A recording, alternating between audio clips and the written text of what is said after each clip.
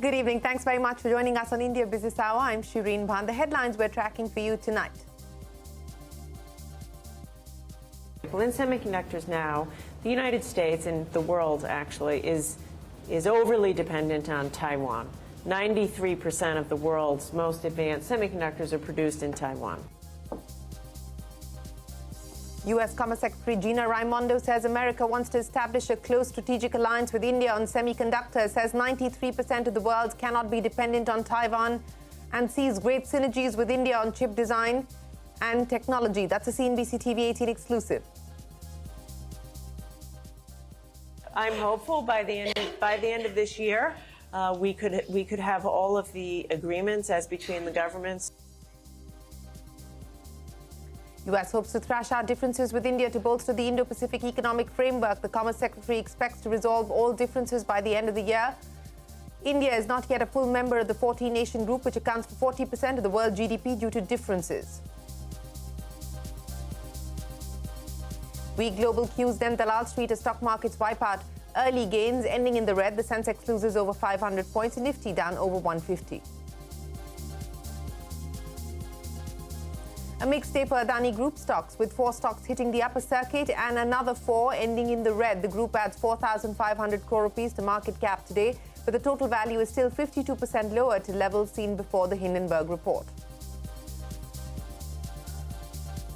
The Maharashtra government announces a 6,000 rupee annual cash benefit to more than 1 crore farmers on the lines of the PM Kisan scheme. The state budget also clears a 75,000 rupee annual payment for families with a girl child and which are below the poverty line, increases coverage for the state health insurance scheme, cuts the tax on aviation turbine fuel from 25% to 18% in Mumbai. The Power Ministry crafts a multi-pronged strategy to meet increased power demand during the summer season. Power companies are directed to ensure that there is no load shedding. Coal-based plants to undertake maintenance well in advance. Imported coal-based plants to run at full capacity. Gas-based power to be used during peak demand. Railways assures the availability of rakes for coal transport.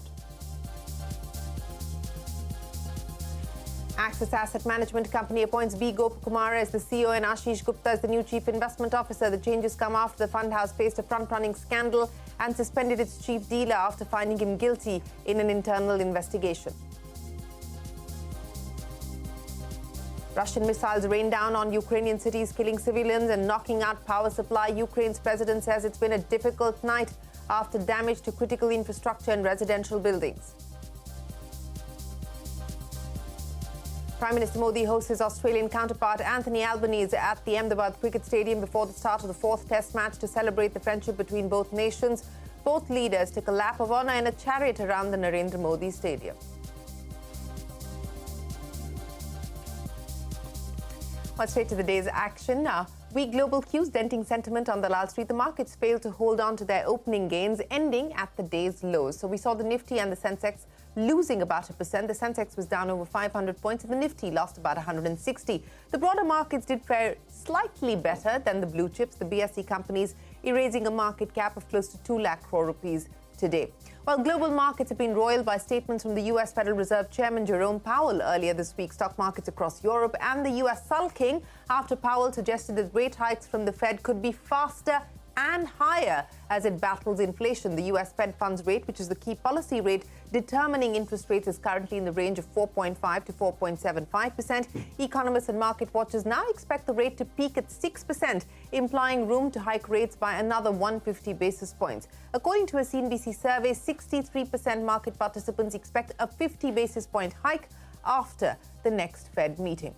Well, back home, 4 of the 10 Adani Group stocks ending the day in the red, but 4 others hitting the upper circuit. The group has gained a market cap of 4,500 crore rupees today, but the group's stock market cap stands at 9.2 lakh crore rupees overall. However, it's still valued 52% lower than what it was in January, that is before the Hindenburg report was released. Meanwhile, promoters have created additional pledges in some group companies. Adani Transmission has seen an increase of 0.7% in promoter pledges, while Adani Green has seen promoter pledges rise by nearly 1%. Vivek is standing by with the details. Vivek, take us through where the pledges stand as far as the group is concerned.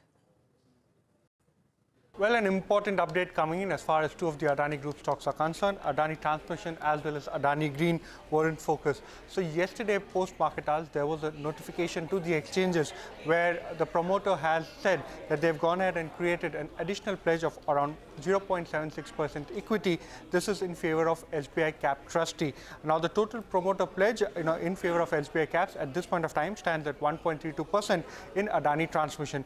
Coming to Adani Green, the total promoter pledge in favor of SBI Caps is 2%, indicating that there has been an additional 1% pledge that has been created in favor of the trustee SBI Caps. So, now remember, February 8, 2023, the Adani Group had actually pledged additional shares in favor of the SBI Cap trustee. And remember, 1.6 crore shares was the total amount of shares that was actually pledged with the SBI Caps. Now, when you're talking about what exactly is the meaning of this, SBI chairman in interaction to CNBC-TV18 had mentioned quite clearly that the Adani's promoters' additional share pledge was basically to top up collateral for existing loans, and the additional shares were not for a new loan or new pledges of the shares. In fact, on February 13th, there was a slight release in terms of pledges. There was almost 0.1% equity that was released in Adani Green. Despite that, the overall group continues to remain in focus, especially when it comes to promoter pledging activity and share-back financing. Vivek, many thanks for joining us. Here's the big CNBC-TV18 exclusive newsmaker this evening. U.S. Commerce Secretary Gina Raimondo says America wants to establish a close strategic alliance with India for semiconductors. Raimondo's in India along with the trade delegation for talks with Commerce Minister Piyush Goyal and other Indian ministers. Speaking exclusively to CNBC-TV18, Raimondo said 93% of the world cannot be dependent on Taiwan alone for semiconductors. Take a look. Goal is not to be self-sufficient.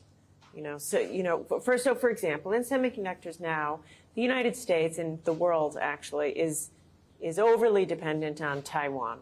93% of the world's most advanced semiconductors are produced in Taiwan. That isn't, by no measure is that stable or resilient. Yeah, now, but having said that, we never expect to make all of the semiconductors that in America that we consume. That is not the goal.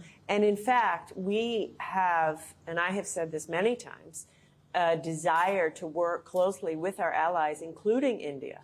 And if I can just follow that up with, where is the engagement on this front with the Indian government as far as semiconductors specifically are concerned? Because as you said, it serves our interest from a security standpoint. But at the end of the day, you also don't want to end up in a situation of overcapacity. And that's something that the World Bank, et cetera, have cautioned countries about. So how do you balance? And it is going to be a fine balance, as you point out. It will be difficult. So I don't want to break any news today that I'm not supposed to. I was hoping. But, I'm working very closely with my counterpart, and tomorrow we'll have the official meetings of the CEO Forum and the Commercial Dialogue, and we've been talking a great deal about semiconductors. And so we will have a formal discussion as between the U.S. government and the government of India around semiconductors. How do we purposefully strategize and plan? For example, India is home to a massive amount of semiconductor design talent. The United States leads the world in semiconductor design. We have a synergy there. Well, that is the U.S. Commerce Secretary saying that India and the U.S. can collaborate in the area of semiconductors, especially when it comes to design. And that is going to be something that the U.S. and India will take forward in a formal dialogue. That's the big news point coming in from the U.S. Commerce Secretary. She's also hopeful about resolving differences with India as far as the Indo-Pacific Economic Framework is concerned. Remember, the IPEF is an economic initiative launched by U.S. President Joe Biden. It's a grouping of 14 nations in the Indo-Pacific region, including Australia, Japan, South Korea, Malaysia, Thailand, Vietnam, Singapore, among others. These nations account for 40% of the world's GDP. China is a key absentee from this group, and the Chinese Foreign Ministry has called it an initiative to decouple China economically. Here is the U.S. Commerce Secretary hopeful of being able to clear up all differences and get a resolution by the end of the year. We are moving forward at a speed that is kind of unprecedented. I mean, I was with the president. He announced it last year in Japan, in Tokyo. Within months, we were all together. We signed off to the negotiating statements. In fact, your minister, Minister Goyal, said he was like shocked with the speed with which we were moving. I think I'm hopeful by the end we of this year. We don't have any wood here, There's though. no something here. I'm hopeful by the end of this year. We could have all of the agreements as between the governments signed up. This is my hope and goal. You know, my mother would say to me, if you have something done, give it to a busy woman. So I'm a busy woman, and I'm hoping to get this done by the end of the year. Well, you can catch the full interview with the U.S. Commerce Secretary Gina Raimondo, a big CNBC-TV18 exclusive at 9:30 p.m. right here on CNBC-TV18. Well, after a 3-year hiatus, India and the U.S. are set to relaunch the commercial dialogue on the 10th of March. U.S. Commerce Secretary confirming this development in that exclusive conversation with me. So what's on the agenda for both sides and what can we expect? Parikshit is standing by with the details. Parikshit. Well, yes, there will be a very important meeting between the Commerce Secretary Gina Raimondo and Piyush Goyal. They will be talking about resilient supply chains. Yes, the commercial dialogue is being relaunched after 3 years, and the focus will be on establishing resilient supply chains and removing some of the trade barriers in the relationship. U.S. businesses and the U.S. Commerce delegation is likely to seek greater focus on ease in doing business, policy predictability, removing red tapeism and bureaucracy and any kind of issues in decision making. At the same time, standards, interoperability, compatibility of standards is very important to the US delegation. They are going to send out a message that in case we want supply chains to come to India, manufacturing to move to India, then India must follow global standards as well. There will be specific product lines where issues will be discussed. US has been asking for an extensive tariff review. Let's see what that happens. And US will also be urging India to come to an agreement on all pillars under the Indo-Pacific Economic Forum as well. So let's wait and see how that meeting goes. Parikshit, many thanks for joining us. Now, India's food inflation rose to 5.9% in January versus over 4% in December, and prices are unlikely to cool anytime soon. Economists expect food inflation to be higher in February at above 6%. Ajay Jhakur, chairman of the Bharat Krishak Samaj, believes the real danger is from higher milk prices caused by poor fodder stock. Meanwhile, Ramesh Chand says the wheat crop is not hurt yet by the heat wave, so cereal inflation may see some easing. What we need to see is fodder prices for animal husbandry. That's where I think this heat wave that came in February or January, this little sprouts of heat or what is being projected will have more of an impact on fodder and animal husbandry, which is a crucial part of the agricultural landscape. I think that's where the worry is today. No doubt we are having a maximum temperature which is 2 to 3 degrees Celsius higher than what is the average of past several years in some parts of the country. But my discussions with agriculture scientists reveal that unless this increase is more than 6 degrees Celsius, and that too in minimum temperature, not so much in maximum temperature, we should not worry about its impact. So no impact just yet. That is the view coming in from Ramesh Chand as far as the wheat crop is concerned on account of the higher temperatures that we are seeing in March. The government has tweaked provisions under the Prevention of Money Laundering Act to widen the ambit. The amendments will cover transactions involving the exchange, transfer and safekeeping of crypto assets, along with the exchange of virtual digital assets into fiat currencies and vice versa. Axis Asset Management Company's appointed B. Gopakumar as of Axis Securities as the Managing Director and Chief Executive Officer. And as we reported, Ashish Gupta of Credit Suisse has been appointed as the new Chief Investment Officer. The changes come after the fund house faced a front-running scandal and suspended its chief dealer, Viresh Joshi, after finding him guilty in an internal investigation. Power Minister R.K. Singh has directed power companies to ensure that there is no load shedding during the summer months. The Railways has assured the availability of rakes for coal transport. Coal-based plants have been asked to undertake maintenance well in advance. All of this to ensure that there is adequate power supply. Max Healthcare rose 3% after the company announced that it will incur a capital expenditure of 4,500 crore rupees over the next 4 years. Chairman and MD Abhay Soy says that Max Healthcare will add 2,800 beds over the next 4 years. He added that the capex plan would be funded via internal accruals. we are going to be incurring a capital expenditure of close to 4,500 crores over the next 4 years. We have a base of 3,400 beds. And just to clarify, we are adding another 2,800 beds in the next 4 years. We are funding this entirely through internal accruals. Even at present, we are a debt-free balance sheet, and we continue to add about 250 to 300 crores of free cash flows to our bank balance every quarter, in fact. Well, that's Max Healthcare. And more corporate news. The Abu Dhabi Investment Authority is set to invest $500 million in eyewear startup Lenskart. A report by Bloomberg suggests that the sovereign fund will buy a mix of existing shares and new equity in the company. The deal is likely to be announced this week, and it could value Lenskart at $4 billion. Radisys Corp, an arm of Jio, is also set to acquire US-based telecom solutions provider Mimosa Networks for $60 million in a debt and cash-free basis. Jio's management says the acquisition will accelerate innovation to manufacture telecom network products. And beverage brand Campa, which has a heritage of over 50 years, will soon be available at a store near you. Reliance has announced the relaunch of the brand, starting with Andhra Pradesh and Telangana. The Campa portfolio would initially include Campa Cola, Campa Lemon, and Campa Orange in the sparkling beverage category. Shilpa Ranipeta gives us a lowdown on the iconic soft drink and its new avatar. What you see here is not just another cola drink. It's a piece of nostalgia all the way from the 80s that has now made a comeback. That's right, Reliance Industries has bought the iconic soft drink brand Campa from its maker Pure Drinks. Now, if you remember, in 1977, when Coca-Cola was ousted from the country by the then government, Pure Drinks, which was the original licensed manufacturer and distributor for Coke, launched Campa in a bid to fill that gap. And in no time, Campa, which came in 3 flavors with the tagline, "The Great Indian Taste," soared to popularity, becoming the soft drink of choice for most Indians, with its only competition being Parle's Thumbs Up.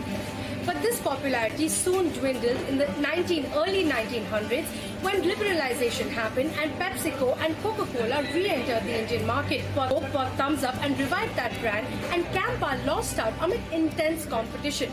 But ask any 70s or 80s kid and they'll tell you that no outing or wedding was complete without Campa Cola. Well, that's the new Campa Cola. Time for us to head into a short break. But up next, the Shinde government in Maharashtra presents its first state budget. We bring you a deep dive when we return. And also on the show, Ukraine has seen massive attacks overnight. We get you a story from inside one of Ukrainian military's bunkers when we return.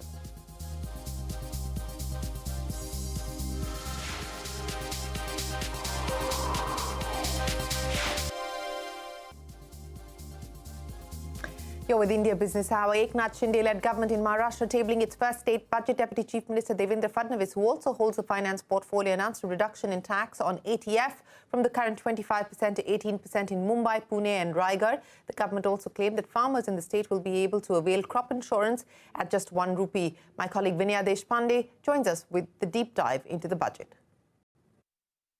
While for the farmers, the Maharashtra government has announced 6,000 rupees per farmer. Now remember, even during the central budget, a similar announcement was made. So now Maharashtra farmers will get 12,000 rupees per month. Not just that, the government has also announced ₹1 crop insurance. So now if the farmers want to buy crop insurance, they will have to just pay ₹1 for crop insurance, whereas the premium will be paid for by the state. Several SOPs that have been announced with respect to infrastructure as well. The special focus has been on airports, in different sectors, may it be Pune, may it be Shirdi. Clearly, Mumbai has been a focus. Over 1,700 crores have been allotted to Mumbai. We have also seen that a special focus is on women, where women will now have 50% discount while traveling on state transport buses. There is a focus on the below poverty line people. The government has said, and this is what Devendra Fadnavis announced, that over the next 3 years, 10 lakh houses will be constructed for those living below the poverty line. So clearly, a lot of SOPs have been announced today by the Maharashtra government. Vinaya Deshpande there reporting on the highlights of the Maharashtra government state budget.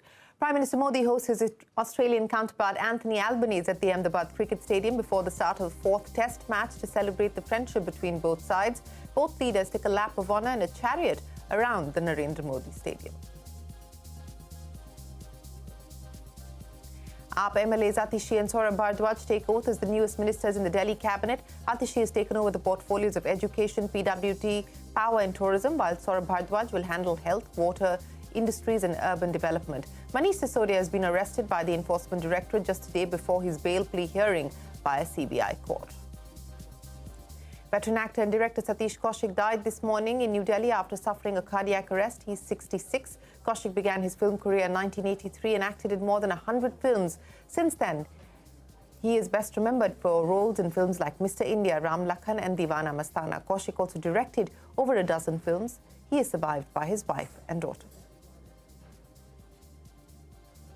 Russian missiles hitting several cities across Ukraine, including Kyiv and the port city of Odessa and Kharkiv. Ukrainian forces said that they shot down 34 missiles in that overnight attack. Ukraine's nuclear plant was also hit, causing a disruption in power supply. CNBC-TV18 Sanjay Suri gets us more on the Ukrainian military's preparedness from inside a bunker at an undisclosed location. Just off a common street, whose location we are advised not to disclose, we step down into a bunker. Hidden from view, this is an operational military hub. Armed members of this unit stay away for the moment, their arms and ammunition kept away from the camera. What you can see is stocks of food and water to keep this unit supplied for quite a long time. This is the bunker of a very special paramilitary unit of the Ukrainian army that has been working with regular troops to provide them information, and that information has been critical. It was this unit that contributed with information that halted the Russian advance to Kyiv at the start of the invasion last year.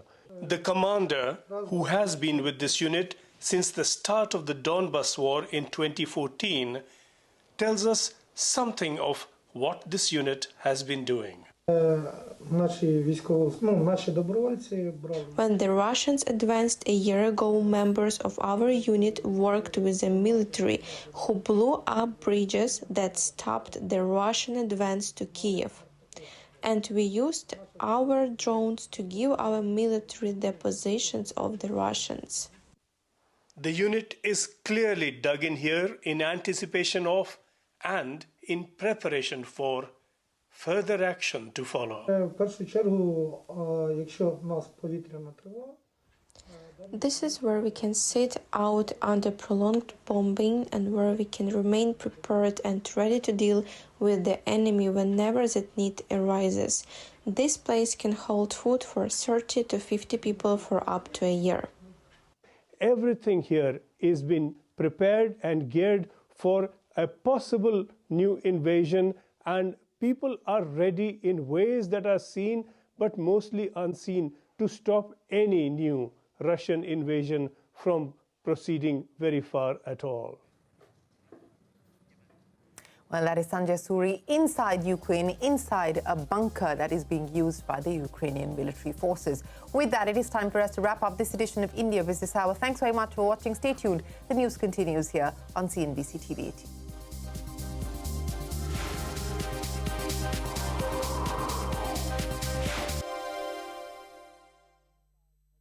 लड़की तेरा नाम क्या है पूछे वाले पूछे तो बता तेरी